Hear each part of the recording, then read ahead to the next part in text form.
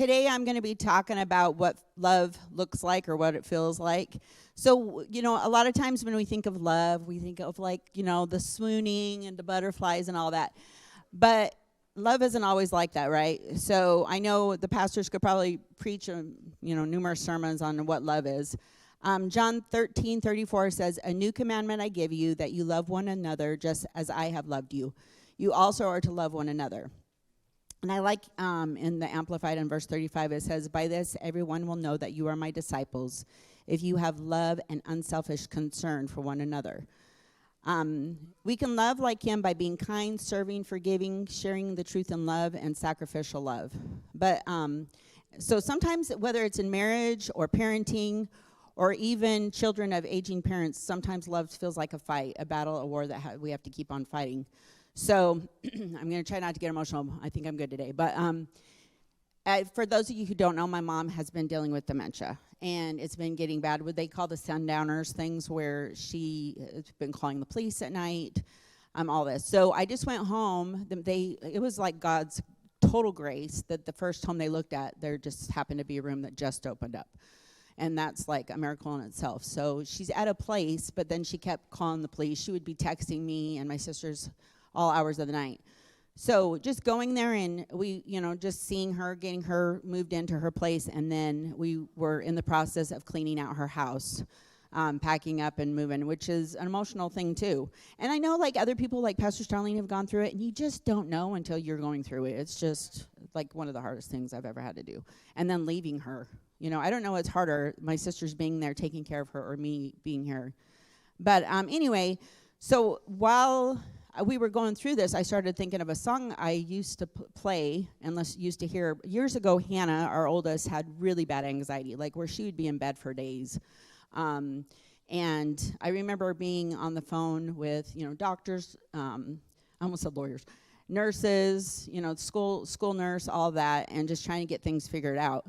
And before she could drive, I remember that, all the times back and forth, having to go pick her up, and I got a call one day that she was flunking out of school. So, lots of good things. But anyway, the song Love Feels Like by Toby Mac would come on, and it just gave me so much hope. And it sounds so cheesy sometimes when you think of, a song just, encouraged me.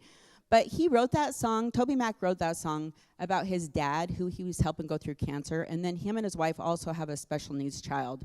And it's not like a sweet, fluffy song. It's something to pump you up when you need it. And it makes me think of when you're going into a fight, let's say a boxer, his coach or his trainer isn't like, "Buddy, I hope you do okay," or a coach of a football team's like, "Do your best," They pump you up, and that's I feel like that's a fight song for me.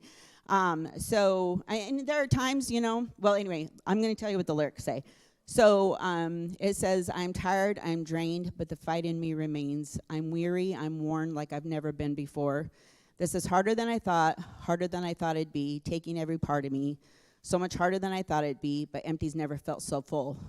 And then he says, "This is what love feels like. Poured out, used up, still given, stretching me out to the end of my limits. This is what real love feels like." So in John 3:16, it says that God showed us sacrificial love. For God so loved the world that he sent his one and only son. And in 1 John 3:16, it says, "This is how we know what love is. Jesus Christ laid down his life for us, and we ought to lay down our lives for our brothers and sisters." We might not have to give, our lives or, that kind of sacrifice. But if you just think of a parent, I'm just giving from a parent's perspective what sacrifice looks like. We know that means going without sometimes because your kids need things, or sacrificing sleep, or we don't know what long, warm showers are when our kids are, little, right? Stopping what we're doing and, at what feels like inopportune times to just stop what we're doing, whether that's for us, it was a lot of times right when we were going to bed. That's when our oldest would decide to come talk to us, 10:30 at night. We'd be like, "Okay."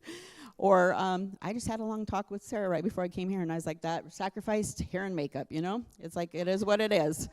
So there are times we are on our knees, stretching our hands out to God, praying, surrendering. And there are times where we got to get up and be like, "Okay, I'm ready to fight. I'm fighting." So another thing, 1 Corinthians 13:7 says, "Love never gives up.